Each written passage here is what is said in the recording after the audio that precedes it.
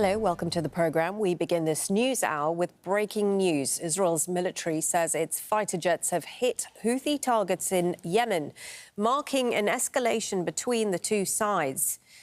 Pictures show a major fire at an oil facility in the port city of Hodeidah. A power station has also been hit. There are reports of casualties. Video released by Yemeni media show a number of people being treated in hospital for injuries. The Houthis have already pledged to respond to the latest attack. Now, that Israeli attack came a day after a deadly Houthi drone strike on Israel's biggest city. One person was killed when a long-range drone hit near a U.S. embassy office in central Tel Aviv on Friday. OK, let's get more on all this with our correspondent Hamda Salut. Hamda, so we have had confirmation from the Israeli army that they carried out the strike on Yemen. Talk us through exactly what they've said. That's right. We have confirmation from the Israeli military. We just heard from the army spokesperson, Daniel Hagari, who said that Israel acted alone in this and that there were several red lines that Israel had, saying that they were attacked by the Houthis around 220 times since Israel's war on Gaza began. Most of those are actually in Israel's southernmost city of Eilat. But what we saw on Friday was a much different story. We also heard that Israel is not going to allow this to happen any further, saying that there was a policy that was not really spoken where they weren't going to respond to yet another front that was being opened up against them, they say, but that time had run out. And we also heard from the Israeli defense minister, who said that this is now how they are going to continuously fight this war on all the fronts. Let's take a listen to that. The fire that is currently burning in Hodeidah is seen across the Middle East, and the significance is clear. The Houthis attacked us over 200 times. The first time that they harmed an Israeli citizen, we struck them, and we will do this in any place where it may be required. The blood of Israeli citizens has a price. This has been made clear in Lebanon, in Gaza, in Yemen, and in other places. If they will dare to attack us, the result will be identical. Well, look, the defense minister's comments come as the Houthis have said that this response by the Israelis will not go unanswered. Hamda, remind us of this attack by the Houthis that struck Tel Aviv on Friday. It was different, wasn't it, from previous attacks by the Houthis?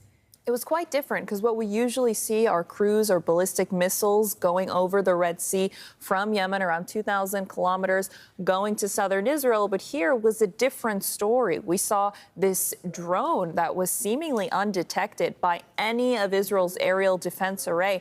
This is an air defense system that's threefold, and the alarms in the air are quite sensitive and are often triggered when there isn't even anything in the sky. So the fact that it was able to infiltrate off of the sea, coming off of the Mediterranean, it was able to be caught on video by someone who was actually at the beach, and then traveling just a short distance away and exploding on a building. So this is something that the Israeli military, not only are they looking into the series of failures as to why this wasn't detected and one person was killed and 10 others were injured, but now the Israelis are saying that this is something that is going to have to be responded to. And in return, now the Houthis are saying this is something that's going to have to be responding to. So perhaps an escalation. We'll just have to wait and see there. OK, thank you for that. Hamda Salut there for us. Well, let's speak now to Yusuf Mauri. He's a journalist and political analyst. He joins us now from Sana. Yusuf, thank you for joining the programme. Firstly, you are in Sana. Tell us what you're hearing about these strikes on the port of Hodeidah. We understand there have been some fatalities. What sort of damage are we talking about? We're talking about the usual damage. And that's damage which was the oil and diesel facilities and, of course, the local electric power transmission towers and electric power stations. The reason why these public facilities were the direct target of these Israeli airstrikes is because of U.S. and the British failure to disarm and disable and to target the Ansarullah Houthis military bunkers, to destroy their air defense systems And the fact that the U.S. and the U.K. have failed to identify where the Ansar Allah Houthis are storing their ballistic missiles, storing their weapons and their launching pads. So because this information was not shared with Israeli intelligence from the U.S., Israel does not know where else to hit, so they have to resort to attacking one of the most sensitive public infrastructures, which is, of course, the electric station and the oil and diesel facilities. And we have to look at what's happening on the ground and recognize that the U.S., the British airstrikes, and even now with the Israeli airstrikes, they have failed to disarm Ansar Allah's Houthis' ability to continue launching attacks in the Red Sea, in the Arabian Sea, even in the Mediterranean Sea, and of course, as you mentioned, the latest drone that targeted Tel Aviv.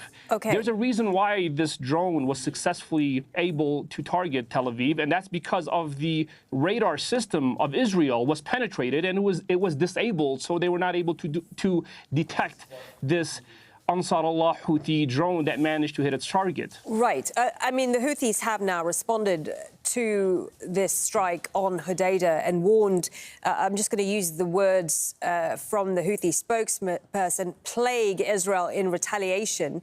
Is that tough talk, or do they actually have the capabilities to do that?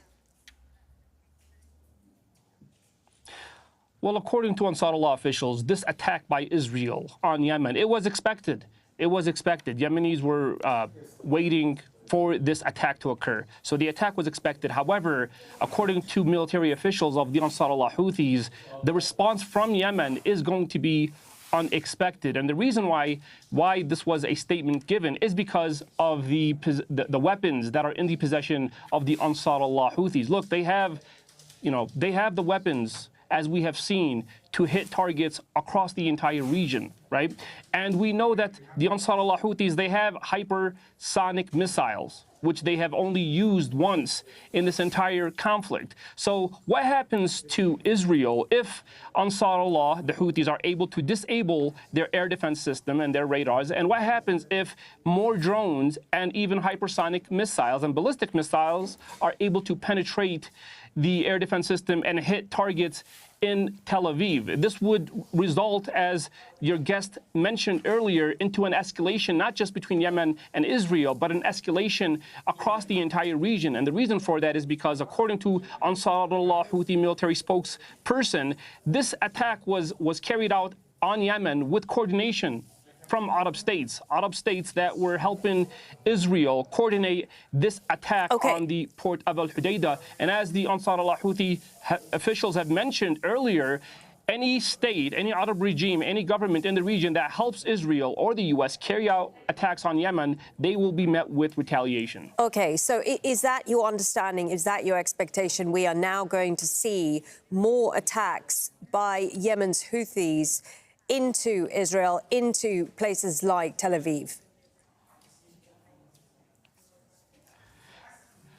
Not just Israel. It's going to be an all-out attack from Yemen against all U.S., Israeli, and British military presence across the region, whether that be in the island of Sagatra, which is here in Yemen, whether that be in U.S. military bases in Saudi Arabia, UAE, in Jordan, you name it. According to the Ansar Allah Houthis, they're basically declaring war on Israel, the U.S., the British government, and any Arab regime that is considered an ally of Israel. So the targets for Yemen's Ansar Allah Houthis, you pick a target, basically, because there's U.S. military presence here in Yemen in the south. There's U.S. military, Israeli activities taking place in the island of Sagatra, in the island of Mayun. There's U.S., U.K., British military bases, in Saudi Arabia, in the UAE. But I can tell you that from what I'm receiving from the Ansar Allah military officials who I spoke with, the attack is not just going to be one target. It's going to be a number of targets. And that might start with first targeting the Arab regimes who are enabling Israel to carry out these attacks on Yemen. And according to the Houthis, Ansar Allah officials, Arab regimes that are enabling what they are calling, of course, the genocide that's taken place in Palestine. Long story short, this war is just starting. And the retaliation from Yemen is yet to come. I'm afraid we don't have that much time, but can I ask, you're talking about the Houthis' response. How do ordinary Yemenis feel about what the Houthis are engaged in here, engaging with Israel in this way? For the first time, we've seen Israel attack Yemen. Presumably that must have, since the war began, presumably this has come as a bit of a shock to ordinary Yemenis people. Well, unfortunately, it's always the civilians who suffer. And the reason is because civilians are being targeted when you're targeting public infrastructure, when you're targeting public facilities. But let's not forget the Yemeni people have grown used to this, because the images that you are seeing today are the same images that Yemenis experienced for 8-9 years during the Saudi-led coalition war on Yemen. However, what is happening, when you attack public facilities, of course, it's going to put the burden on the innocent people who will who obviously will not have access to basic necessities, who will not have access to propane gas, who will not have access at the fuel pumps. Of course, on my way over here, I can tell you that there is lines at local gas stations with people rushing to the fuel pumps to try to pump fuel and trying to pump gas, because they understand what's coming. They know that there's going to be an economic blockade on Yemen. They know that fuel is going to be a rare product. It's going to be a rare substance, and most Yemenis will not have access to the most basic necessities, which is something that Yemenis have experienced.